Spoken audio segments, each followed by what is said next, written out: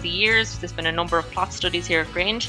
They've found increases in annual herbage yield of up to 25% from multi-species swards compared to our perennial ryegrass monocultures, and this is more so at lower rates of nitrogen input.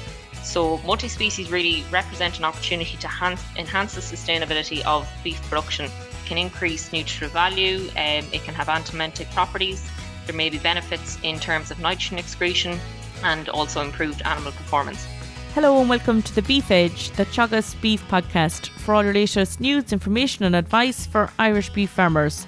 I'm Catherine Egan and I'm joined by Teagasc researcher Sarah Burke to discuss her research on clover and multi-species swards and the upcoming BSAS conference. Sarah, you're very welcome.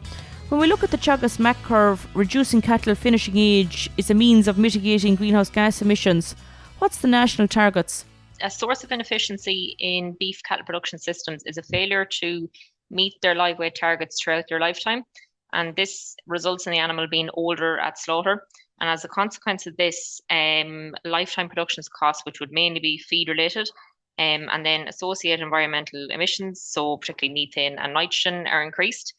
Nationally, mean age of slaughter for late maturing suckler-bred steers, which will be the main breed type from the suckler herd, is 28 months. And this is 5 months later than is achieved in grass-based research systems such as ones here at Grange, and then also high-performing commercial farms. So within beef production systems, older animals at slaughter are generally less profitable, and then they also have a substantially higher environmental footprint as well. And looking at reducing the national finishing age, Sarah, has clover and multi-species swards a role? So for the last number of decades, perennial ryegrass has been the dominant and usually the only component in grass seed mixtures when we've been reseeding. But more recently, white clover is included in the seed mix. And compared to grass monoculture swards, Grange research for beef cattle grazing systems in particular has shown that the ability of white clover to fix atmospheric nitrogen, which is equivalent to about 100 to 150 kilos of nitrogen per hectare. So this means you can save on your chemical fertilizer bill and also in terms of your environmental side as well. But in the last few years, we've seen increasing interest in the use of multi-species swards. So these would include your grasses such as perennial ryegrass and maybe timothy, legumes, your white and your red clover to fix nitrogen, and then herbs such as chicory and plantain. So herbs have, for example, chicory has a very deep taproot. So this can help draw water and nutrients from deep within the soil. So this can be helpful in times of drought. So the reason we are creating multi-species swards is to kind of exploit the complementarity between these different functional groups. So your grasses, your legumes and your herbs. And I suppose essentially we're getting more efficient resource utilization. Over the years, there's been a number of plot studies here at Grange, and they've found increases in annual herbage yield of up to 25% from multi-species swards compared to our perennial ryegrass monocultures. And this is more so at lower rates of nitrogen input. So multi-species really represent an opportunity to enhance the sustainability of beef production. And this is through maybe more consistent pasture supplies. So as I mentioned, chicory has a deep root, so this can be helpful in times of drought. It can increase nutritive value. It can have antiemetic properties. There may be benefits in terms of nitrogen excretion and also improved animal performance. However, Sarah, sometimes when we look at achieving the adequate fat score on grass-based systems, it can be particularly difficult, especially for late maturing breed types which predominate in Ireland. Have you seen this as well? I suppose when we think of late maturing breed types, typically they're quite difficult to achieve that adequate fat score for the factory, more so from pasture and definitely from a younger age as well. From the research that you've done, what was the objective of your study? The objective of my study was to compare growth and carcass characteristics of these late maturing suckler-bred steers. They are genetically divergent for carcass fatness, so they were selected based on their estimated breeding value. They were produced on grass clover or multi-species swards and finished at 19, 23 or 26 months of age. And how did you carry out the research for the trials, Sarah? So we ran the study over 2 weaning to beef production cycles, so it worked out at about 2.5 years of trial work. Weaned late maturing steers were selected based on their genetic divergence for carcass fatness. And as I mentioned, we selected this based on their estimated breeding values. So essentially, we ended up with divergent cattle, so half of which were genetically more capable of laying down carcass fatness at a younger age, So we call these the fat animals. And then we also have lean animals. So these were not genetically predisposed to subcutaneous fat deposition. So if you're to select these animals based on their EBV for carcass fatness, the fat animals would have a positive value of about plus 0.16, and the lean animals would have a negative value of about minus 0.57. So essentially, this means that based on the genotypes, the fat animals should have about a 3/4 unit greater fat score than the lean animals, and this is on a 15-point scale. But when we did this in practice, we saw that the fat animals actually had a 2-unit greater fat score at slaughter compared to the lean animals. And another way of looking at this is we aimed to maintain the benefits of late maturing breeds like greater carcass weight and conformation score at slaughter, but we also wanted to mimic the fat deposition of early maturing breed types within a late maturing breed type. So almost kind of getting the best of both worlds from our animals.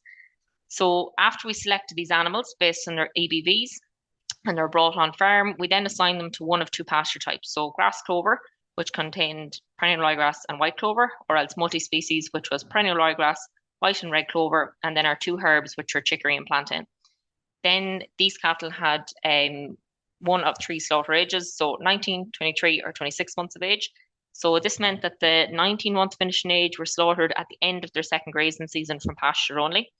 The 23-month were finished at the end of their second winter, and then the 26 months returned to pasture for a short third grazing season, about 2 months. And from the research that you carried out, Sarah, did you see much difference in the performance of the different swards that you mentioned, or did they differ much? In short, no, but when we compare the grass clover to the multi-species sward, when you look at them visually, they're very, very different, particularly in kind of the month of June into July, and this is when the chicory and the plantain begin to flower. So we didn't really have a massive issue with weeds here, fortunately. So both pasture types, there's quite a low incidence of weeds, maybe about 2% of the sward. But we did find that anywhere where there was a problem with docks previously, so before we moved into the site, that problem began to arise over the following 2 years of trial work. So I suppose really what this highlights is that you need a very clean seed bed when you're establishing these multi-species swards, because spraying afterwards isn't really an option. So even though they were very visually different, both swards produced a similar quantity of herbage. It was similar DMD in graze conditions. And then in general, we have like pre-grazing herbage mass, rotation length, and post-grazing sward height were similar for both. When it comes to silage, herbage yields were pretty similar, as was DMD.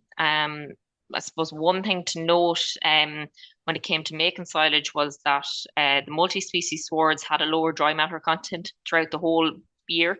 But this posed an additional challenge when we're trying to make silage from the multi-species. So we kind of needed to make sure that wilting conditions were just right. You had to make sure there was a good wilt. It was harder to wilt because of that lower dry matter. And did you see any difference with regard to anthelmintic properties in the multi-species swards versus the clover swards?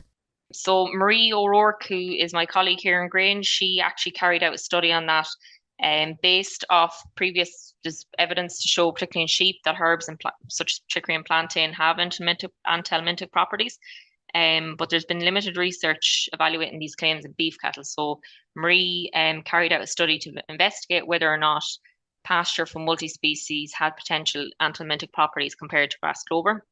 So what happened there was Shirley steers, there was 40 Shirley steers in the study, 20 consumed grass clover and 20 consumed multi-species.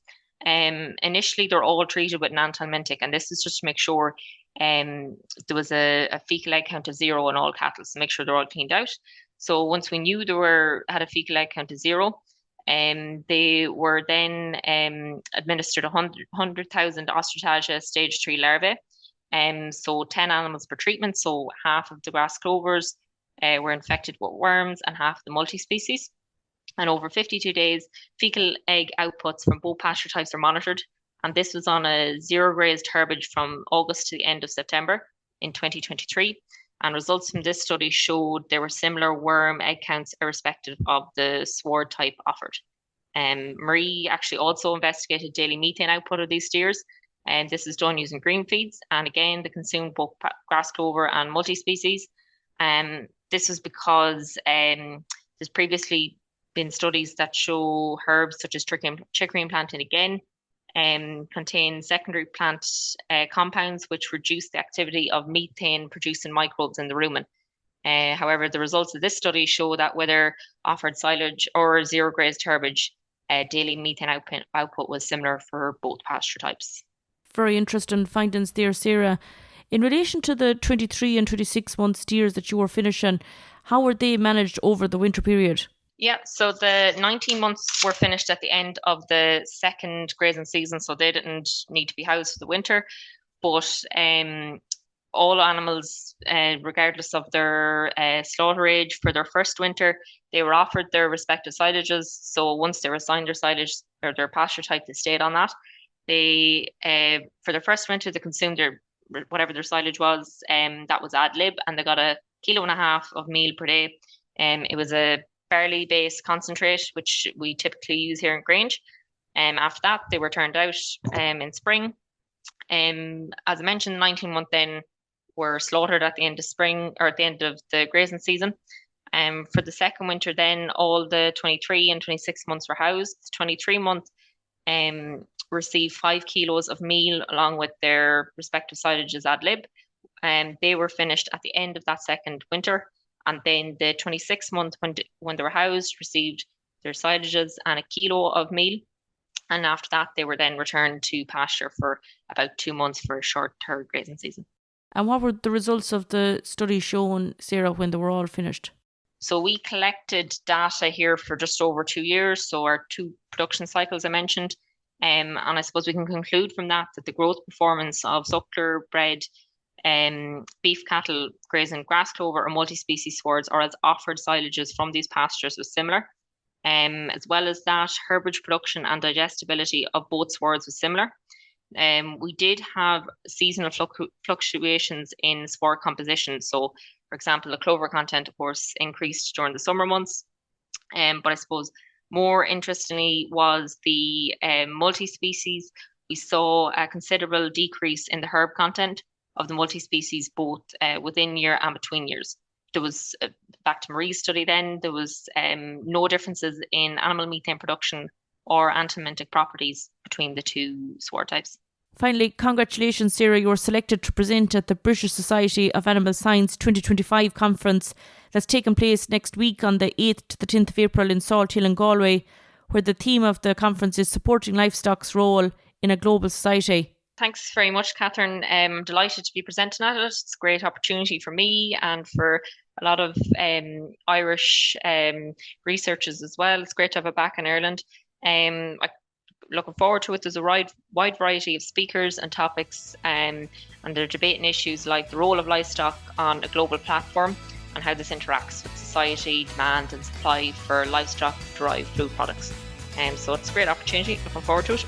That's all for this week's episode, and you can catch up on all other shows and interviews from the Beef Edge podcast on the Teagasc website at teagasc.ie, or you can listen on Apple and Google Podcasts as well as Spotify.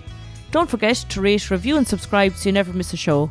For all other updates from our beef programme, keep an eye on our Twitter and Facebook pages. Until next time, I'm Catherine Egan and thanks for listening.